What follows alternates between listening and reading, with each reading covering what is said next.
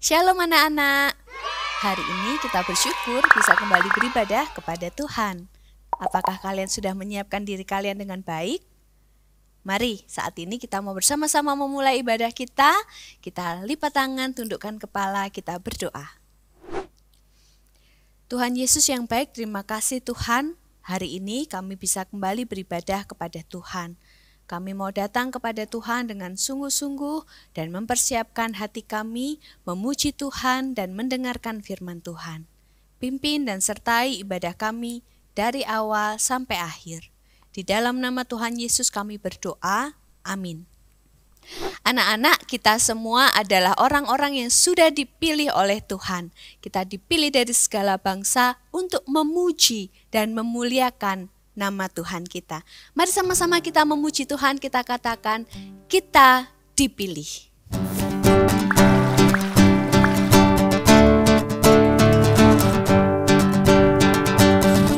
Kita dipilih dari segala bangsa. Kita dipilih jadi umat-Nya.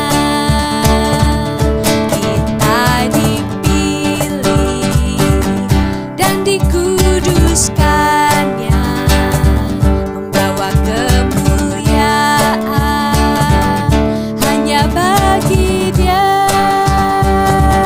Terimalah kemuliaan dan hormat kami. Terimalah sembah kami, pujian kami. Terimalah kemuliaan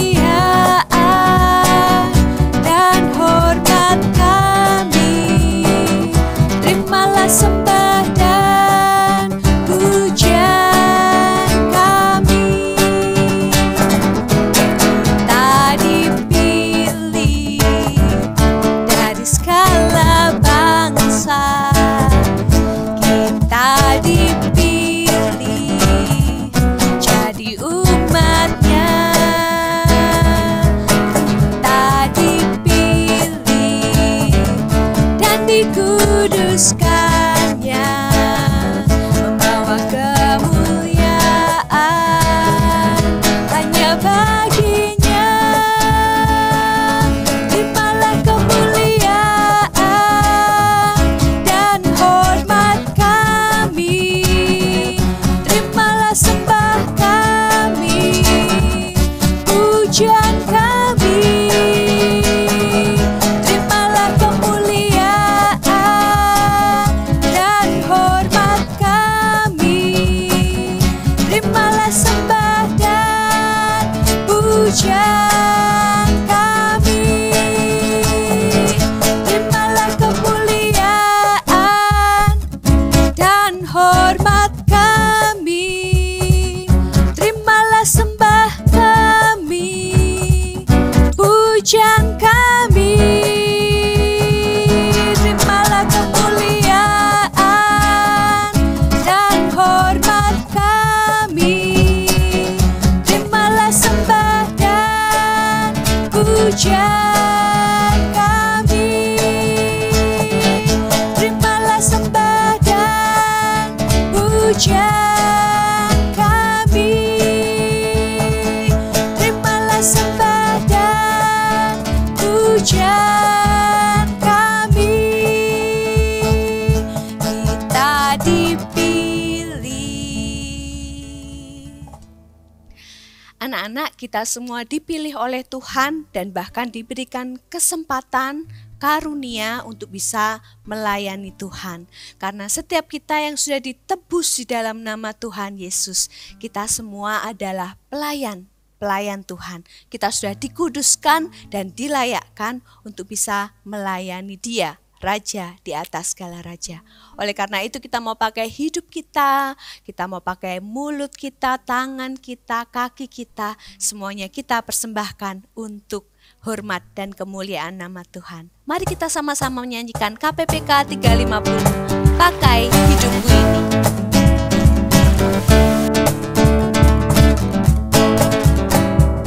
Pakai hidupku ini, seluruh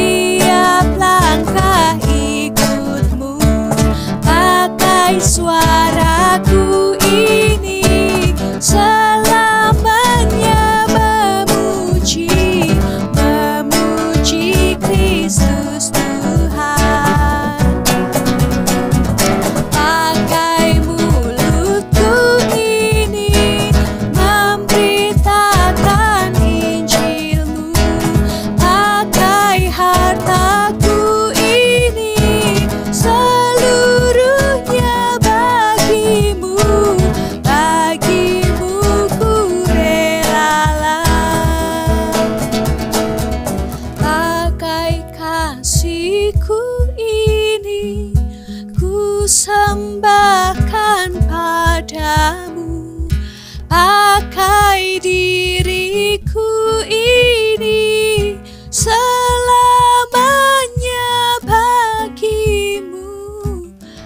bagimu ku sembahkan.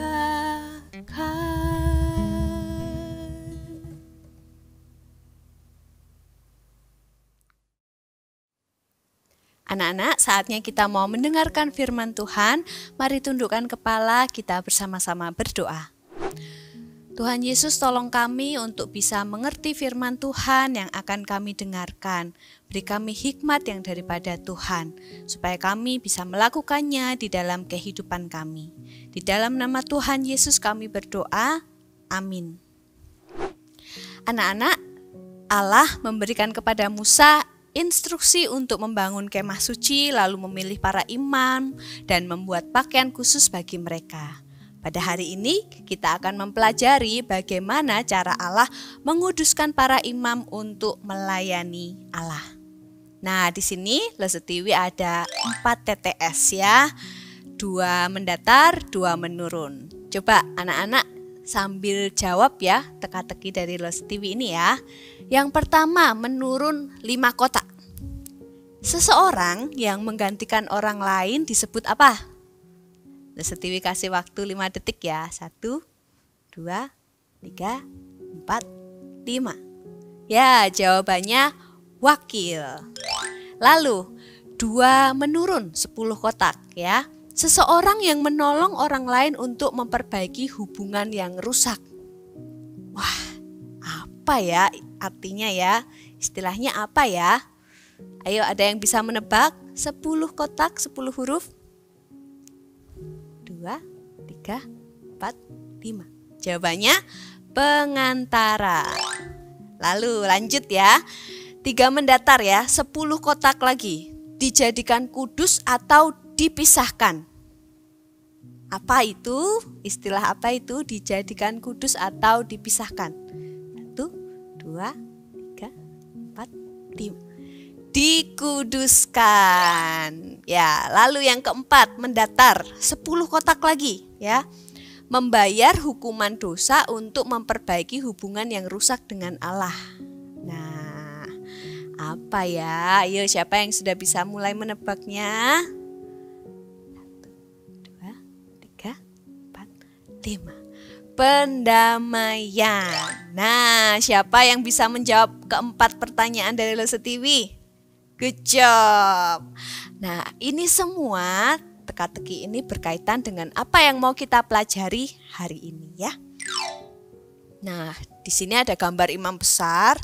Nah, anak-anak lihat di dada pakaian imam besar itu ada 12 permata besar yang ditempelkan di penutup dada imam besar. Apa ya yang diukirkan di permata itu? Nah, ternyata itu adalah nama-nama suku Israel. Jadi menyimbolkan apa? Menyimbolkan bahwa imam besar itu menjadi wakil dari seluruh orang Israel sewaktu ia menghadap hadirat Tuhan. Pada waktu imam besar menyembah Allah di tempat Maha Kudus, Allah menerima penyembahannya sebagai penyembahan seluruh umat Israel. Oleh karena itu, imam besar merupakan pengantara mereka. Mengapa butuh pengantara? Karena dari awal ya, sejak kejatuhan Adam dan Hawa, relasi Allah dengan manusia sudah rusak, sudah terpisah oleh yang namanya dosa. Sehingga kita lihat di Perjanjian Lama, Allah memilih para imam sebagai pengantara untuk menolong umat Israel memperbaiki relasi mereka yang rusak dengan Allah. Namun para imam juga memiliki masalah. Apa masalahnya? Mereka pun manusia-manusia yang berdosa. Maka mereka juga harus dikuduskan untuk dapat menghadap Allah. Nah, apa tadi artinya dikuduskan? Ada yang masih ingat nggak tadi di awal teka-tekinya? Dikuduskan artinya dijadikan kudus atau dipisahkan. Ya, Allah merancang sebuah upacara untuk menguduskan para imam sehingga mereka dapat menghadap hadirat Allah sebagai pengantara Allah dengan bangsa Israel. Di dalam Alkitab, Keluaran pasal 29, Allah memberikan kepada Musa instruksi untuk upacara pengudusan, dan di kitab Imamat pasal 8 mencatat apa yang Musa lakukan. Apakah Musa melakukan seluruh instruksi itu? Ya, Musa melakukannya dengan tepat dan sempurna di hadapan Tuhan. Nah, coba ya kita lihat ya di di Imamat pasal 8 ayat yang ketiga ya. Di sini katakan ayat 3 sampai yang ke-6. Lalu suruhlah berkumpul segenap umat ke depan pintu kemah pertemuan. Musa melakukan seperti yang diperintahkan Tuhan kepadanya, lalu berkumpullah umat itu di depan kemah pertemuan. Berkatalah Musa kepada umat itu, inilah firman yang diperintahkan Tuhan untuk dilakukan. Lalu Musa menyuruh Harun dan anak-anaknya mendekat dan dibasuhnyalah mereka dengan air. Nah, coba anak-anak masih ingat gak di mana para imam itu dibasuh? Ya benar, di bejana pembasuhan. Lalu mereka dikenakan pakaian khusus yang sudah Allah rancang dan Musa menuangkan minyak ke kepala mereka untuk mengurapi mereka. Musa juga mempersembahkan 3 korban binatang, korban penghapus dosa, korban bakaran, dan persembahan pentahbisan. Para imam meletakkan tangan di atas kepala binatang itu sebagai simbol para imam menghubungkan dirinya dengan binatang-binatang persembahan itu. Mengapa perlu seperti itu? Nah, contohnya seperti ini anak-anak. Pada saat Harun dan anak-anaknya meletakkan tangannya ke atas kepala lembu jantan sebagai simbol penghapusan dosa dari diri mereka, nah mereka menempatkannya di atas binatang korban itu. Jadi dosa-dosa mereka, semua kesalahan mereka ditempatkan di atas korban itu, lalu dipersembahkan kepada Tuhan menjadi korban penghapus dosa. Jadi dosa mereka disucikan oleh korban itu. Nah, di Imamat pasal 8 ayat 23 sampai 24 dikatakan, domba jantan itu lalu disembelih. Lalu Musa mengambil sedikit dari darahnya dan membubuhkannya pada cuping telinga kanan Harun, cuping telinga ya, jadi ujung telinga, lalu ibu jari tangan kanan dan ibu jari kaki kanannya. Musa menyuruh anak-anak Harun mendekat lalu membubuh sedikit dari darah itu pada cuping telinga kanan mereka, ibu jari tangan dan pada ibu jari kaki kanan mereka. Lalu Musa menyiramkan darah selebihnya pada mezbah sekelilingnya. Apa sih artinya itu semua? Nah, anak-anak, itu menyimbolkan bahwa seluruh keberadaan para imam dari kepala sampai dengan ujung kaki telah dikhususkan untuk Allah. Lalu apa artinya pendamaian? Nah, siapa yang masih ingat? Ya, tadi Lek Setiwi sampaikan ya, membayar hukuman dosa untuk memperbaiki hubungan manusia yang rusak dengan Allah. Jadi tujuan utama dari upacara pengudusan adalah untuk membersihkan para imam dari dosa-dosa mereka sehingga mereka bisa dikhususkan untuk melayani Allah sebagai imam. Nah, ternyata belum selesai anak-anak. Imamat 8 ayat 35 dikatakan, di depan pintu kemah pertemuan haruslah kamu tinggal siang malam 7 hari lamanya. Dan kamu harus lakukan kewajibanmu terhadap Tuhan dengan setia, supaya janganlah kamu mati, karena demikianlah diperintahkan kepadamu. Jadi setelah serangkaian acara dan upacara yang sudah dilaksanakan, para imam belum siap untuk memasuki kemah suci. Perlu 7 hari lagi untuk Harun dan anak-anaknya tinggal di sana. Dan Musa mempersembahkan korban setiap hari sehingga Harun dan anak-anaknya melihat bagaimana Musa mempersembahkan korban. Kemudian setelah 7 hari Musa memanggil orang-orang Israel sekali lagi dan mengalihkan pelayanan persembahan kepada para imam. Para imam mempersembahkan korban tepat seperti yang Allah perintahkan. Dan akhirnya Allah memberitahukan Musa dan Harun untuk masuk ke kemah suci dan ke hadiratnya. Nah, anak-anak, ternyata setelah sekian lama ya para anak-anak Harun dan juga Imam Harun melayani Tuhan, ada satu kali salah satu anak dari Imam Harun yang melakukan kesalahan, yaitu Nadab dan Abihu. Mereka mengambil perbaraan mereka. Perbaraan itu seperti apa? Nah, kita lihat gambar ini ya. Apa yang dipegang imam besar itu, itulah perbaraan ya. Nah, di Imamat pasal 10 ayat 1-2 dikatakan seperti ini. Kemudian anak-anak Harun, Nadab dan Abihu masing-masing mengambil perbaraannya, membubuh api ke dalamnya serta menaruh ukupan di atas api itu. Dengan demikian mereka mempersembahkan ke hadapan Tuhan api yang asing yang tidak diperintahkannya kepada mereka. Maka keluarlah api dari hadapan Tuhan lalu menghanguskan keduanya sehingga mati di hadapan Tuhan. Anak-anak, Allah telah memberikan instruksi bagaimana cara para imam untuk datang ke hadiratnya. Nadab dan Abihu telah melanggar apa yang diperintahkan Allah dan Allah menghukum mereka saat itu juga. Nadab dan Abihu adalah imam pertama yang tidak menaati Allah. Tetapi setelah mereka pun ada banyak lagi yang sama. Bahkan imam-imam yang saleh dan berusaha untuk taat kepada Allah pun gagal berkali-kali. Mengapa bisa demikian? Karena mereka pun manusia berdosa yang seringkali juga masih melakukan kesalahan dan bisa tidak taat kepada Allah. Oleh karena itu beribu-ribu tahun kemudian Allah mengutus Yesus datang ke dunia sebagai satu-satunya imam besar yang tak berdosa, yang taat kepada Allah dan melakukan semua perintah Allah dengan sempurna. Sehingga dialah pendamai yang paling cocok, yang paling sempurna untuk bisa memperbaiki relasi kita yang rusak dengan Allah. Anak-anak, Tuhan sudah datang ke dunia ini menjadi imam besar bagi kita, menjadi pendamai bagi kita dengan Allah. Dengan cara apa? Dia memberikan dirinya untuk disalib.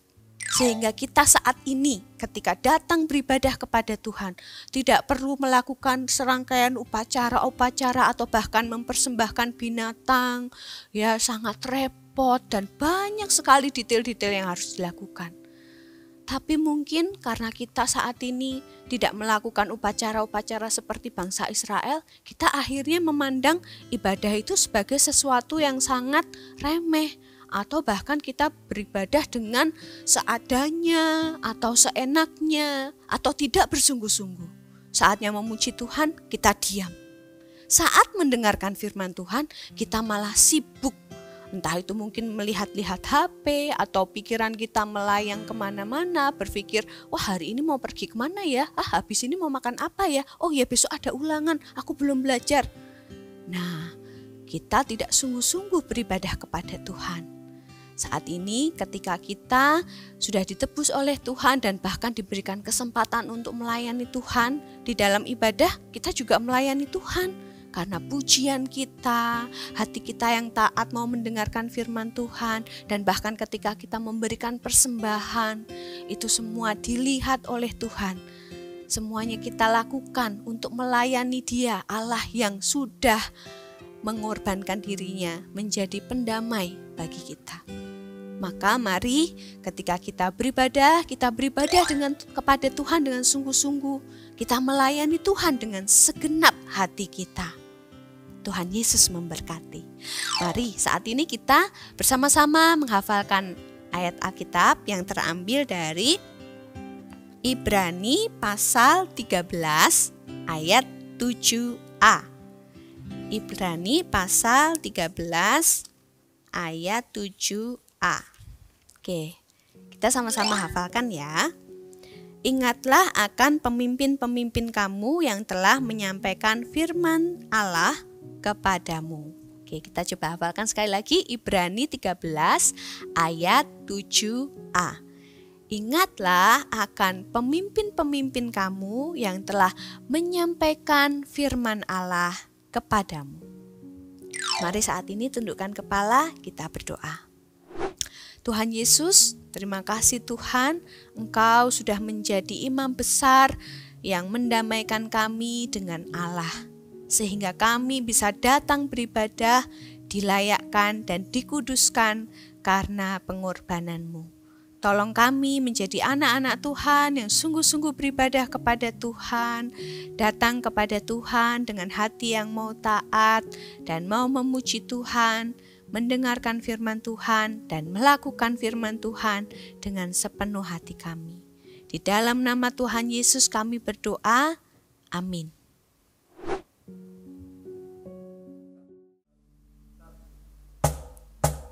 Persembahan Tuhan punya, persembahan hanya Tuhan yang punya. Ku tidak boleh memakai dan menggunakannya, persembahan hanya Tuhan yang punya. Anak-anak, mari kita bersyukur kepada Tuhan dengan cara memberikan persembahan melalui transfer ke rekening GKA Gloria Pacar atau scan QRIS berikut ini.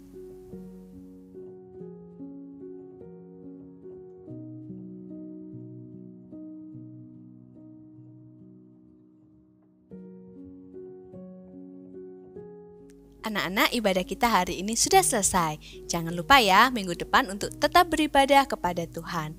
Kalian juga bisa mengajak teman-teman atau saudara kalian mengikuti ibadah kita. Bisa melalui link YouTube yang dibagikan atau juga melalui Zoom. Kalian bisa menghubungi nomor di bawah ini untuk mendapatkan link Zoom-nya. Happy Sunday and God bless you. Bye.